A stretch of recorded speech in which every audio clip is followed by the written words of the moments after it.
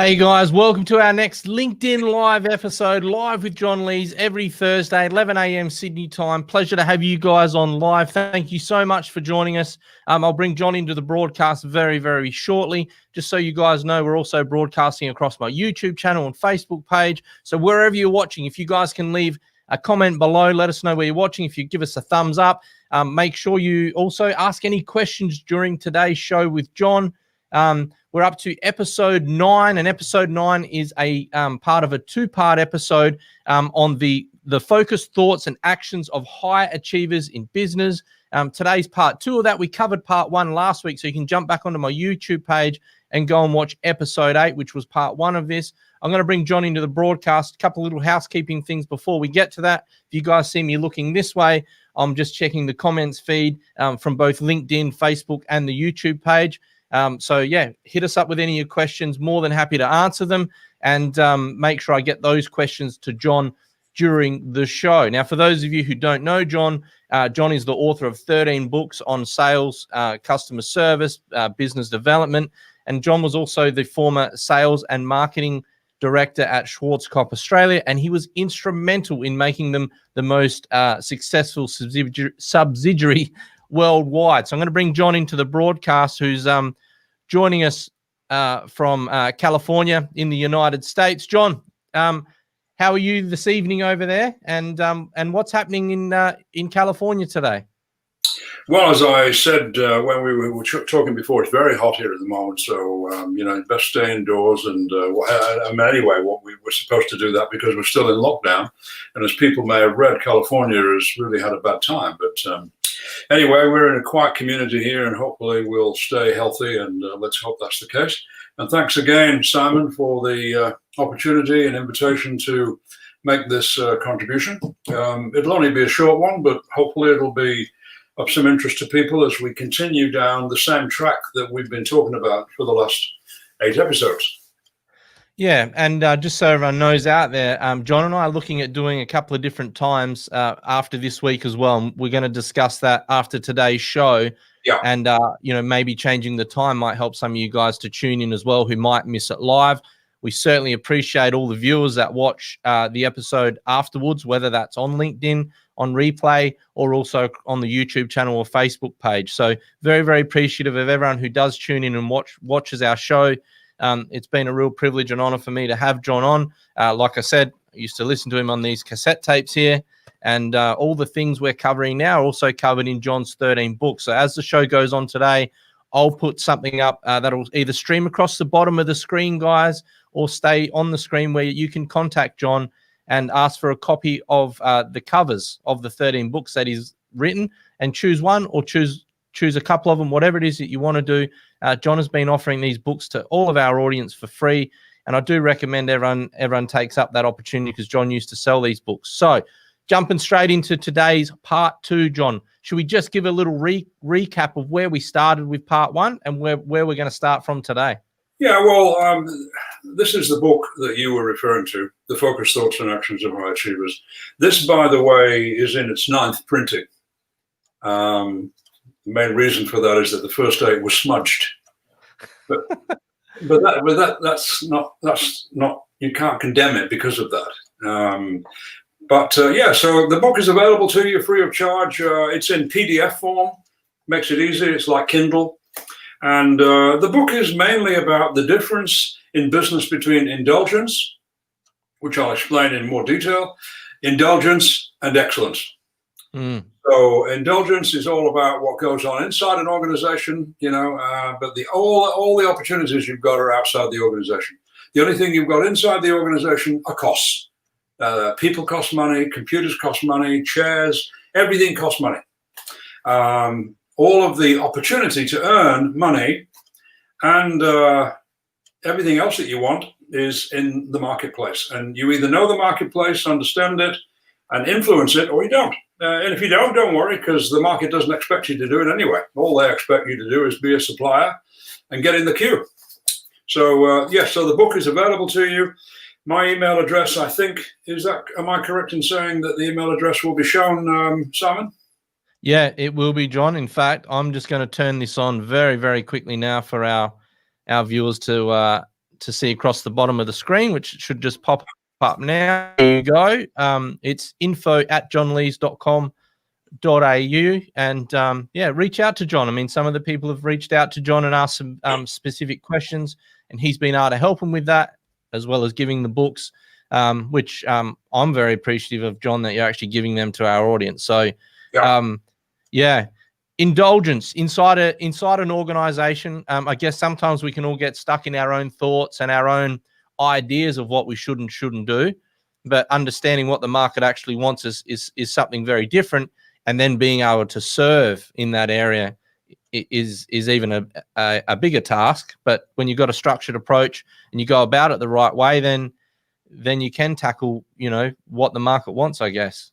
And what the market needs. I mean, what they can get from anyone, anytime. They've got a whole list of suppliers. That's why I mentioned the Q factor. So, what we've got to do is understand how to make a contribution. We're not interested in simply providing access to products. We are involved in providing success with our products. There's a huge difference between the two. A huge difference between the two.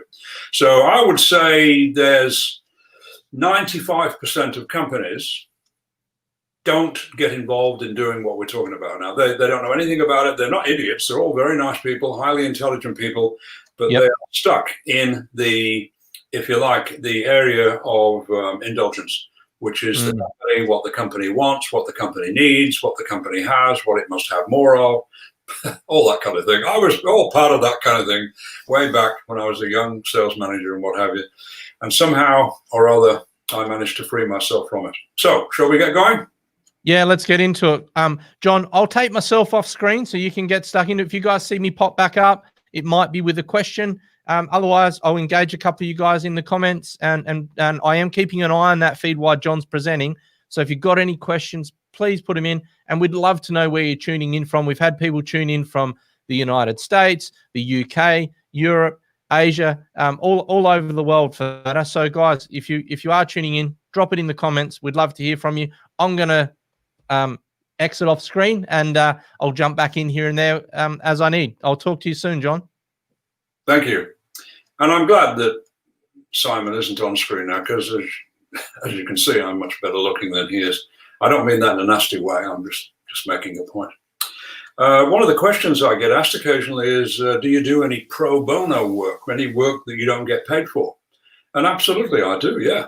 Not that long ago, I was asked to speak to some patients in a mental hospital. And I was a bit frightened, to be honest with you, because I've not had such an audience before.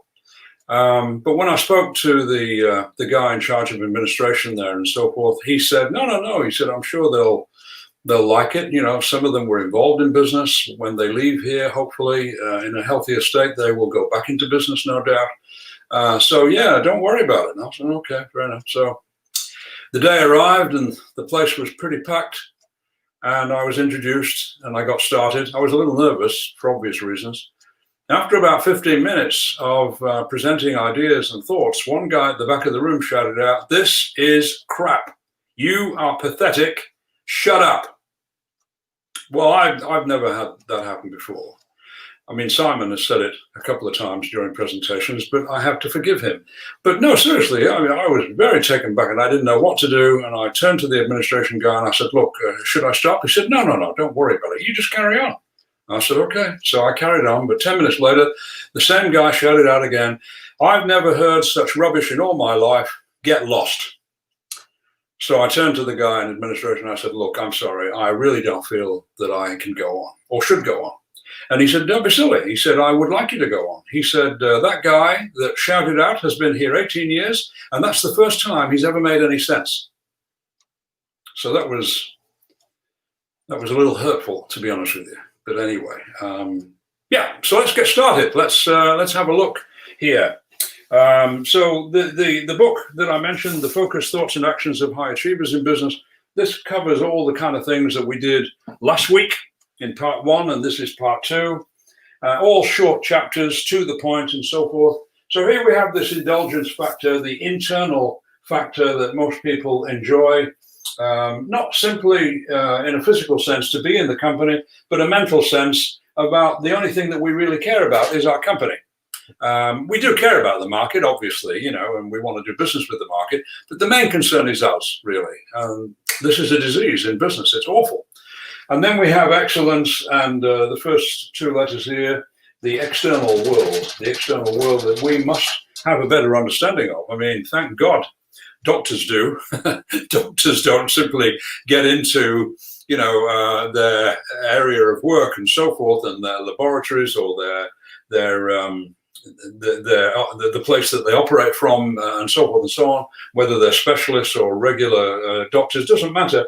Point is, everything starts here. They must understand the outside world. They must understand the needs of patients, generally speaking. Just one of those things. So let's get started and have a look. So first we have this inside power factor versus the outside power factor. So inside power is all about, well, where are we up to in the marketplace? What's happening in the market, and so forth. And it's very important for us to know about our situation and so forth. But this is far more important to understand. Let me give you a quick example of what I mean. So here's the market. And hopefully you can see all this. So here's the market, and these are different sections, segments of the market and what have you. And here's, let's say, this particular segment here. And we have various companies that compete in this segment. We have company A, B, C, D, E, etc. And so what happens in this area here? Well, what happens is that company A will attack company B. And B probably doesn't realize it's being attacked because B was attacking C, C was attacking D, D was attacking E. But eventually they all wake up and say, is that what you, did you? Okay, well, let me tell you something. Now we're going to attack you. So then they started attacking A, and C attacks B while B's not watching, and D, and it's just a complete and utter everyday mess that goes on in business. Everybody's doing this kind of thing because there are no shortages of suppliers. We've got suppliers all over the damn place. And all of the customers that you would like to do business with have already got suppliers. And you would have to assume that they get on with them quite well. In fact, next week's session is all about a topic called aims. And I won't go into detail right now, but it explains exactly 4 steps on exactly how to influence a prospect or a customer, a prospect to actually move into a situation with you happily. And with a customer, they want to go, you want to take them further into another area of product or service or whatever it happens to be. But here, this is the mess of everyday business and so forth. The objective of any market is not simply to fight other suppliers, which goes on and you can't avoid it. The real challenge is, how do we build the section of market? How do we build this new business? How do we do it? Because somebody's got to do it. That's why you hear all the time saying, oh, the market is mature. It's a very mature. There's no such thing as a mature market. Okay, 2-3 years from now, everything we do today will be looked upon as being old hat. Okay, so this is our aim here. You've got to be good at this, keep being good at this. And this is what I've referred to in the sessions before this as the second gap. And I will go into some detail about that in a minute. But the first thing we have to remind ourselves is become someone who understands the market, understands the needs of the market and so forth, and find out from your salespeople which customers have had the most success with your products up and beyond what anybody else is doing. And that then becomes the basis of your story, because you can then take that information and share it with other customers in a responsible manner. So get involved in more external power, outside power, okay? Do everything you have to do here, okay? You've got stripes on your sleeve, you've got a title, all that kind of thing. Doesn't mean a thing unless you have influence in the marketplace. Okay, that's number 1. Number 2, we have salespeople on phones, reps, whatever the situation, different titles and what have you. And we expect them to report on their sales results, which is what I did when I first started as a sales manager. And I mentioned this, I think, in the first session, that, I was pretty scared of failing of the division failing that I was manager of. And I was scared of the reps failing and myself failing and one thing and another. So I rang all of the salespeople every night and just simply said to them, it's John Lees, and how are you doing? And, yeah, fine, thank you, John. How can I help you? And then I said to them, I just want to check to see where you're up to with regards to your sales. Oh, I haven't had a chance to look at them yet. And that's when I began to realize, and this was all the way through the sales team, is they didn't know where they were up to. They had no idea. Okay. But then I had to realize I don't want them to simply report on their sales progress. I want them to have a commitment to achieve their sales results. So I created a very simple idea that allowed them, it was one sheet of paper, hardly anything on it, where I didn't want them telling me that, I'm going to be about 80% of my target or 90% or 86%. I don't want any of that. 100% is what we go for. This is what they're used to in their own lives, by the way. If they've got a mortgage, they can't ring up and say, is it possible for me to pay less this month?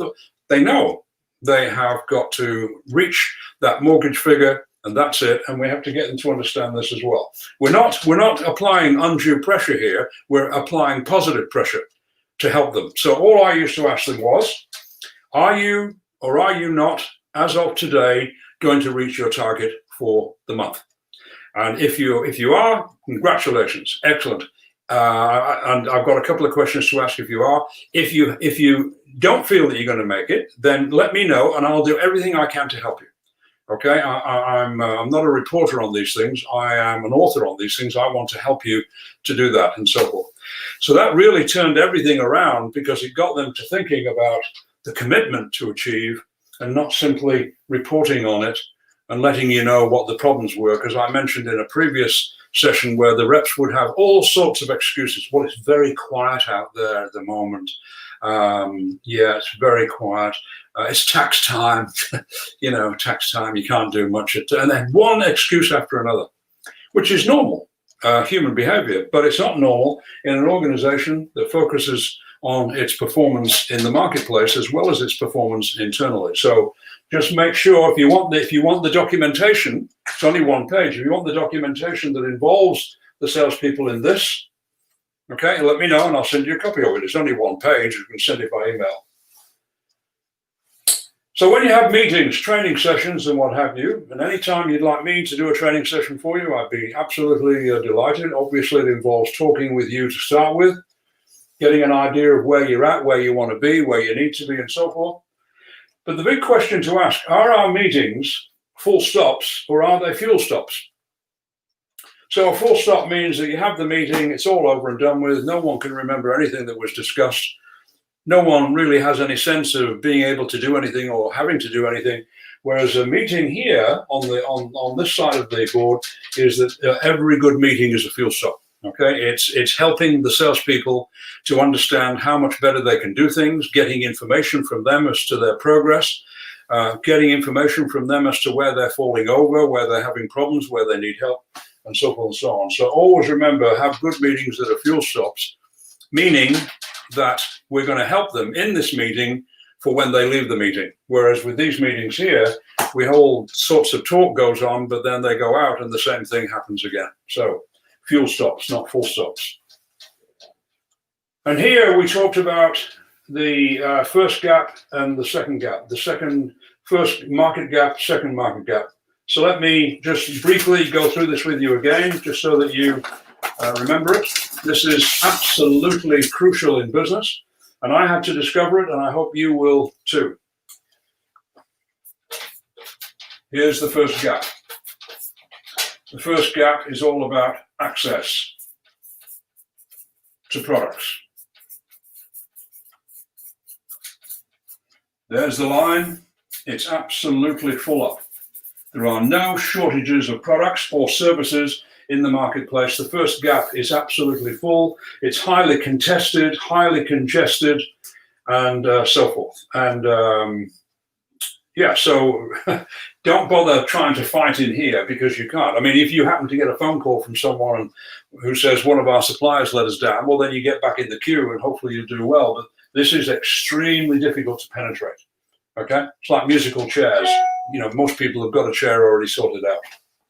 That's the first gap. Second gap.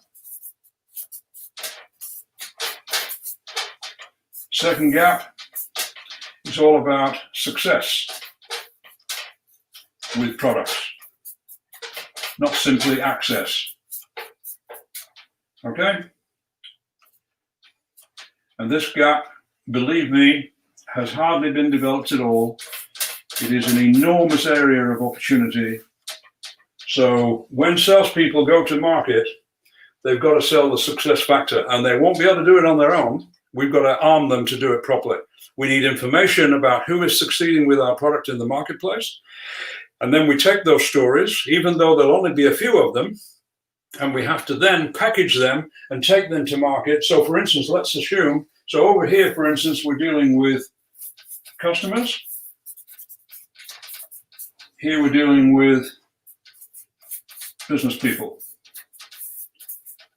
You say, what's the difference? Are we talking about two different people here? No, no, no, no. All customers are people, business people, whatever kind of people they happen to be. We're at the moment focusing on business people. They don't mind you calling them customers. You can call them whatever you like, consumers, anything, clients, but they are business people. They're looking after their own business. That's what they're concerned about.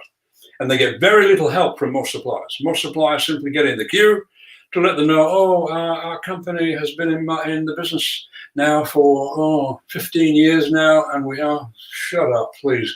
Don't go on and on about it. We're sick of this kind of thing. What we want to know is, can you help us over here? The first thing I want you to do is acknowledge that we've already got suppliers. We'll go over that next week. Acknowledge that we've already got suppliers, okay? It may be that we're not happy with them, but you must start off thinking that we are, and then say to them, I have no reason, no inclination whatsoever to attack this area. I assume that you're happy with what you've got. What I'm here to talk to you about are new opportunities to improve business for you, okay? So, and it can be tested and so forth. This is what they're interested in. That's what business people are interested in. Being a buyer is a piece of cake. Over here, we're talking about the ability to listen, but it's not worth listening if you're not a supplier to these people. They don't want to talk to you about it. Hopefully they won't be rude, but in most instances, they'll sort of cut the whole thing down. Can I have your brochure? Can I have your card, please? And thank you so much. And that's it. And then reps walk away thinking, oh, it looks like we've got a chance here. You haven't. So here we've got a lead. Big difference between listening and leading. And this, as I said, is a huge area of opportunity. And this is where we have to learn to do business, because all of the opportunities, all of the potential is over in this area here, and it's untapped. If you had 3 lifetimes, you wouldn't even get close to the level of opportunity that exists in this area here. So when I was at Schwarzkopf, as Simon mentioned, I used to run the sales and marketing operations. I found one customer. I wasn't looking for it, but I found one customer who was having extraordinary success with one of our products with no help from us at all. The only thing we did was supply it. And I checked, why is this, it was a salon, we sold to salon, why is this salon buying so much? Oh, I don't know, salesperson didn't know, sales manager didn't know. So I contacted the customer, a lady in Sydney. I went to the salon at her invitation, and she was doing things with our product in terms of a service that she was offering. So our product became part of a service that she was offering. And she could have got the product. If we'd have closed down, she would have got it. So she was actually taking our product and making it part of a specific service for her customers. And she was just using so much of our product, it was unbelievable. And I asked her permission, could I use this with other salons? She said, of course you can, so long as it's not the salon down the street. And that's when I came across the idea of the success search. The idea of searching for success in the marketplace in the same way that doctors search for, and as they are now with COVID-19, looking for examples, opportunities to actually help people who are suffering or who could suffer in the future. So the success search is extremely important. And I then started doing it with every product we had.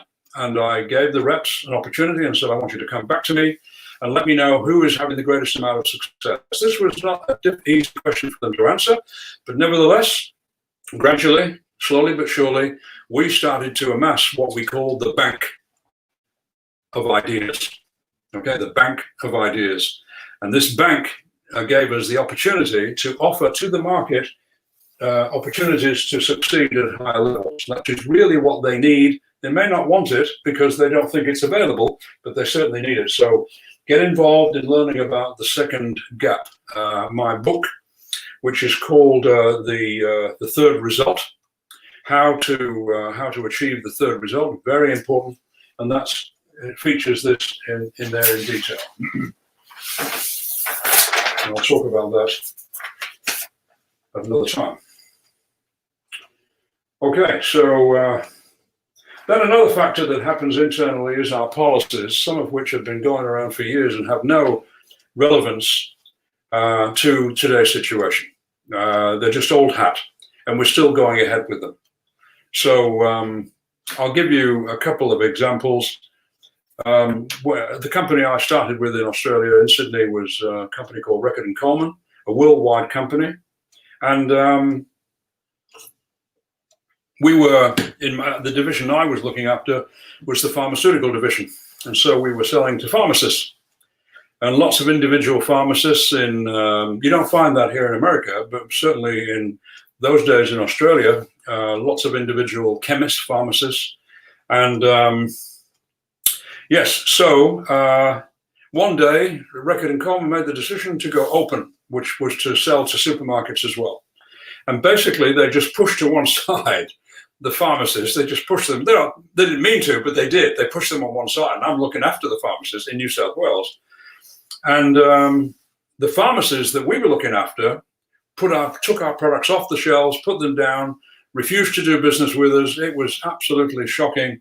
So I then started looking at how we could help them to be more competitive and so forth. So kind of long story short, I worked with our accountants and came up with schemes for the pharmacists to be competitive with the supermarkets and so forth. And my boss, the national sales manager, said, "You can't do that, John. It's against our policy." What policy? Well, our policy of supplying pharmacists, and now we're supplying supermarkets and so forth and so on. So we can't change the policy. Why can't we change the policy? We've got a complete different change in the marketplace for our company. Why can't we change that? Well, we can't because you know it's been set as a policy and we can't mess around with it. So I said, well, you know, we're the only state now that's doing well. We went like this at first. And now we're back up again, and every other state is down because they haven't had the opportunity to do this. Anyway, cut a long story short, we had a meeting with the senior managers of the business, and they asked me why were we doing this, and I said, we're doing it to help the pharmacists. I said, let me ask you a question. Do you want to dump the pharmacists? You're not interested in having any business from them in the future? You just want to get rid of them? No, not at all. I said, well, then let's recognize the fact that they've been with our company for years as customers, okay, and we can't abandon them. So we should start helping them to be competitive, and that's all that I am doing, simple as that. And then I showed them the figures, the charts and everything else that we had come up with. Then they turned to my boss, I should say, and said, well, what do you think about this? And he said, well, I was just explaining to John that we do have a policy. And they said, no, we've got to go, you know, and change all that, which they did, thank God. But you get that kind of thing in companies where they've got these policies. Here's another example. When I started at Schwarzkopf, we had a rep who was due for a new car. And he said, John, would it be possible for me to get a maroon colored car? No, I said, yeah, whatever you like, it's up to you. As long as it's not bright yellow or something, that's fine. So he said, well, I'm asking because I've been told that the company only wants to have white colored cars. You know, everybody has the same. Oh, I said, well, that's ridiculous. I said, don't worry about it. So I went to the financial director, told him about it. He said, no. He said, no, we've got to have, everybody has white colored cars. I said, why? Why? Yes. Well, okay, let's imagine that, you know, we've got people who have different colored cars and what have you. And, you know, they say, and then one of them leaves. and then someone else comes in and they don't like the color of that car. What are we going to do then? I said, commit suicide, perhaps. We could do that if you like. I said, listen, what are you talking about? We are providing a car policy for people who are joining us and stay with us, not for people who might join us in the future. This is the kind of thinking that goes on with apparently, seemingly intelligent people who are tied to policies from the past. A complete waste of time. Next, very important to have happy customers. Very important. Even better to have scared customers. What does that mean? Well, they're happy to do business with you. Not overly happy, not delirious, but they're happy to be doing business with you. Everything seems to be going according to plan. They're happy with the products, happy with the prices, happy with the service. They're happy. Okay? A scared customer is someone who has received from you ideas and opportunities that no one else has offered them. And so now they're on an upward climb to achieve better results as a result of the intelligence and information that we're giving to them. So much so that they're scared to lose our supply arrangement. This is the one that you want here. To get to the point, you don't mention any of this to the customer, but the internal dialogue should be, if we don't get to the point where the customers are scared of losing us, then we've got a big problem. Okay, it's not enough simply for them to be happy with us. They must be scared to death of losing our business. And that's what happened at Schwarzkopf. We started presenting them about 4 or 5 sessions ago. I showed all the things that we started offering them. We had a board of customers, salon owners, 14 or 15 of them, met with them 3 times a year, 4 times a year in Australia, in New Zealand. And we not only got feedback from them as to how as a company we were performing, how were our reps, how was our service, products, everything else, but we began also to see areas of opportunity, areas of need, potential problems that they had that they weren't aware of. Not because they're idiots, but because they weren't studying it. And so we began helping them to fill those gaps. We started to provide them with business-related ideas, strategies, and so forth. At first, this much, and then that much, and it got bigger and bigger and bigger, and eventually they were scared to death of losing their contact with Schwarzkopf. And that's why we had market leadership, because we weren't simply providing access to products. We were providing success, not only with products, but also with ideas on how to run the business. None of this, by the way, was, the kind of thing where you're telling them how to run the business. I don't mean that. We were showing them and tested with them the ideas that we had, and they absolutely loved it. So that's what happens when you get involved with your customers on a small basis and then gets larger and larger. And you don't take them for idiots. You simply look for gaps and provide them with opportunities to do better. And that's what they're looking for. And then we come to training. And if you're lucky, in many companies, they do now and then training, just occasional training. Let me just put that down there so you can see what we're talking about. So now and then training, which I hope is of some help. What salespeople need is dietary training, regular training, okay? So they can't escape. They are constantly given opportunities to think, to be involved, to understand what it takes for us to hit the marketplace with a completely different approach. Not simply this approach here, being nice to people and all that kind of thing, and helping them and responding to whatever they want, but also to the point whereby they feel that they are scared to lose our business. We need to teach our salespeople how to go to market with those ideas. So in any business, you've got a message, okay? And then you've got a messenger. So the message is a second gap message, okay? Let's say you've got a second gap message, otherwise there's no point going to market. Having a first gap message doesn't mean a thing. You've got to see people, hello, I'm with, and we do. No, we've already got all that. Well, thank you very much. Oh, okay. Is it all right if I come back again? Yeah, make it in 6 months if you don't mind. Oh, no problem at all. Hopeless. Absolutely. It's awful. And a second gap message is that you arrive there, you accept the first gap, you acknowledge it, and then you say, let me show you this opportunity here, and they love it and they want it, okay? So what we have to understand is that our training is all about the message in the first place, and then the messenger, the salesperson. Because in most organizations, I know this will come as a big shock to you, Most messengers are the message. Most reps have their own way of explaining something to the marketplace, which is a potential disaster. I don't mean they all become parrots. I mean that they understand the message. They themselves feel sorry for people who don't have this particular idea, this message. And then they've got to learn how to deliver that message, to be a messenger, a positive messenger, and not a negative messenger. So an example of a negative message is you've got a great message, second gap message, very powerful, potentially powerful. You go to marketplace, the rep goes to the marketplace and says, "Hi, I'm so-and-so, and do you have time to talk with me today about some things I'd like to talk to you about?" "Not just at the moment, no, I'm sorry. We're very busy. We're flat out with some things we've got to work on at the moment." "Oh, it doesn't matter. Don't worry." No message. What happened to the message? That's what you can do, and that's what people do. They don't mean to do it. They do it because they haven't been trained on a dietary basis to do it properly. Okay? And that's it for today. And Simon's back now. Please don't say anything about what I said about being better looking than him, because he's just going to get upset about the whole thing. I can't help that. Okay? It's just one of those things. Hey, John, you've nearly made me lose my train of thought. Hey, just something on that. You were just talking. Now I have lost my train of thought. You've totally distracted me. I had a great question, and we were going to cover. I was going to bring back something about a previous episode, actually. Okay. Yeah, I've completely lost my train of thought. You must have just shocked me. That never happens to me. Never ever happens to me. Yeah.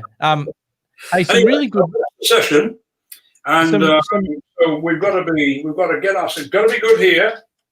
That's the springboard, and this is where we have to perform in this area here. More than happy to help you do it behind the scenes in training, work with management, and so forth. Show you examples of how this is done. There's nothing outlandish about it, nothing silly about it, or anything like that. The idea is to be more valuable, not voluble. Okay, because that's what most salespeople are, and because they're left to their own devices. We learn to be more valuable. I think we covered this in one of the earlier sessions. Now I got my train of thought back. I think we spoke about, even when you're speaking to a potential customer or particularly a potential customer, start off by introducing yourself, talking about how the things that may benefit their business, and then ask them if they want to know more. So don't start off with the usual blurb of blabbering away about yourself. Talk about the benefits that they'll get from potentially using some of the products that you might have, and then ask them if they want to hear more about you. I can't remember exactly what episode it was. Might have been episode. Yeah, one of the episodes was don't ask permission to do your job. Yeah. Okay, so you've got to be very careful not to ask people if it's okay for you to do this or for that, because in many cases, and bear in mind, they don't know what you're here for yet. They have no details whatsoever. They will simply say, no, we're okay at the moment, thank you, but thank you very much. And then the whole thing, we've all heard that kind of stuff, surely. Yep. And it happens to everybody. So what we've got to do is, and I will, when we go to marketplace with a prospect, we go here, we respect this situation here and make it absolutely clear we have no aspirations to tackle this whatsoever. You may recall the session where we talked about the brick wall strategy. Yeah, absolutely. People, this is the brick wall here. This is the established situation. Don't try to attack it, because that's what they think you're going to do. Why? Because that's what everybody does, usually in a weak manner. Okay, they get weak ways of attacking. And what we have to do is say, I assume that you've already got suppliers who do this, this, and this, and that everything's working well. Now, occasionally some customers might say, well, actually, it's not that good. And then you say, oh, I'm very sorry to hear that. I'm very sorry to hear that. But if there's any way I can help you, that'd be great. But my assumption basically is this is okay. I didn't come to attack this area here. I want to show you an opportunity that I think you may find to be very interesting. Let me just take a few minutes to explain it. Bang, get into it. Okay, explain it.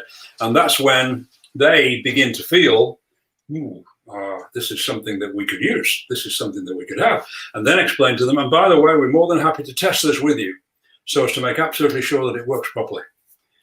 Because they don't want to go around crossing their fingers. Yeah, you want it quantified, and what's most important there is, people, to actually practice, practice presenting exactly that, practice, rehearsing, this kind of strategy to make sure that your team knows what they're going to say and how they're going to say it, and be very good at it. Because there's definitely one thing, if you're not convincing, they're not going to listen either. Exactly. And, the way you, as you just said, the way you do things, the way you speak and what have you is very important. For instance, President Trump was in Britain a while ago. And while he was there, he met the Queen. And she invited him on a tour of Windsor Castle. And as they were going around the castle, at one stage, they came to the royal stables. And as they were in the stables, unfortunately, because these things happen, one of the horses broke wind very, very noisily. And the Queen, ever courteous, said, "I'm terribly, terribly sorry, Mr. President. I really do apologize." And Trump said, "That's all right, ma'am. Don't worry about it. If you hadn't said anything, I'd have thought it was the horse." So you be careful what you say in various situations and what have you. I mean, I do it in fun situations or what have you. People will say to me, "John, how are you?" And I'll say, "What are you getting at? What are you saying? What's the bottom line? What are you driving at?" All that kind. They go, they just look into the sky because they know I'm joking. But we're not talking about joking here. We're talking about being serious. So we and the reps must know this is our plan. This is our attack. We don't simply attack this. It's a complete waste of time. Okay, acknowledge this and help in here. Okay. Another great session, John, and really looking forward to what we come up with in the next few days. So, guys, I've just dropped some links below. You can see there, scrolling across the bottom of the screen. It's John's email address. Don't forget, you can send him an email, info@johnlees.com.au. John will send you a PDF version of the copies of all his books. And today's session, like we said, is the focus, thoughts, and actions of high achievers in business. And guess what? One of John's 13 books is on this exact topic. So it'd be great if you guys want to check that out. Email John. He's giving them away for free for our viewers, which I'm extremely grateful of. So again, really appreciate that, John. You're offering those books for free. You can see it scrolling across the bottom there. Now, something I am going to ask everyone at the end of this video, please, if you're watching live or you're watching on replay, no matter what platform you're on, whether it's on LinkedIn, YouTube, or my Facebook page, John and I are looking at changing the time of these shows, and we want to try a few different things. So we'd love to hear from you guys what time you think you'd love to sit down and watch a live show like this, or if you think the time that we've got at 11 a.m. every Thursday Sydney time is perfect, then let us know. If you think we should change it to the evening, make a comment. Change it to the evening, guys. I'd have more time. If you think it should be early morning, let us know. We are going to play around with the time as of next week. And what we are going to do is try and change it for our friends in the UK and also for our friends through Europe a little bit, because we do have a few viewers from those regions of the world also, which may also help our Australian viewers view it at the right time. So, John, have you got any further comments to add there on changing the time? I neglected to mention that these are the other books that are available in total. So the book that we're talking about now is this one over here, and then there's all sorts of other books. The move from order taker to salesmaker, sell pleasure first, price last, how salesmakers win new business, which goes into detail in this area here, the second gap, and so forth. Management books, sales management, and so forth and so on. So they're all in here. If you would like a copy of this to have a look at it and say, that might be interesting, then I can send you the PDF version of it, and then we'll go from there. Again, Simon, thank you very much. And everybody found it to be helpful. John, it's been great having you on again. And guys, just very quickly, I've actually posted a copy of John's 13 title books on LinkedIn earlier this morning. So if you go to my profile, go to recent activity, click on see all, just scroll down, you'll see I did a post, I think at around 8 a.m. this morning, which featured the title copies of all of John's 13 books. So if you're wondering where you can go and look at them as well, that's another place you can go and search them. But honestly, the easiest way is fire John over an email, and he'll send you a copy of that, and you can select the book that you want. And if you've got further in-depth questions for John, just remember John does offer training to businesses, via video call, via Skype. If there's one thing that I've learned in the last few weeks is the things that John does teach us here on a weekly basis are so important, particularly in today's business world. The basics is what really counts, and doing the basics well. So again, John, awesome to have you on this week. I look forward to catching up with you off camera. I hope the temperature cools off a little bit there. Yeah, can I ask you a quick question? Go for it. Have you been selling the books? Yeah. I think this is a discussion for off air, John. Like, we really shouldn't be discussing this live. No, I'm sorry. I beg your pardon. Yeah. I have been disappointed on the commissions being offered, but this is not a discussion for live on air. I think we take this offline. No, you're right. Yeah. I think we should end the show now. See you, folks. I'll see you soon. See you guys soon. And remember, if you like our show, if you like the content that I put out, and you watch me on YouTube, please subscribe, hit notifications, and we'll see you guys with John Lees at an advised time for next week, because it's not going to be 11 a.m. on Thursday unless you guys beg us to do it 11 a.m. Thursday. We are going to change the time, make it more convenient. See you guys soon. And as always, think beginning, not end. See you guys soon.